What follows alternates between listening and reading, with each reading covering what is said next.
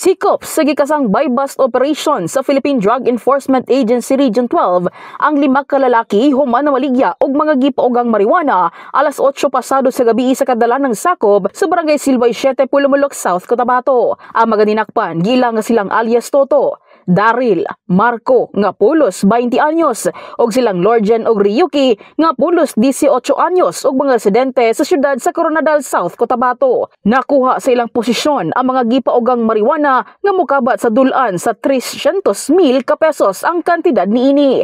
Sumala pa ni Barangay Silvay 7 Kagawad Ricky Andilab nga ang mga dinakpan ang dayo lang sa ilang lugar aron himuon ang transaksyon sa pagpamaligya og marijuana. Dili to taga diri wagi kay naman may mga kauban dito nga BSW to sa ditabuan at bangbalay. Wala man sa kaila tumutuhan na to. Yung batanon daw to. Taga monitor biya pud mi sa mo diri kay di mi gusto ana kay naman mi kabataan pud nga mga kuan pud dako na nya kuan na mga droga di pwede na sa mo ana. Gumika niini hugot nga nagpahibalo ang barangay ngadto sa ilang mga nasakupan nga mag-igmat og likayang makiglambigit sa ilegal na binuhatan. Dili lang mo maghimog mga pareha ng mga gamitan ng mga droga kay para di mo madakpan samay nato mga batanon pa. Maputol gid lang kag mao na to isip sa kagubatanon.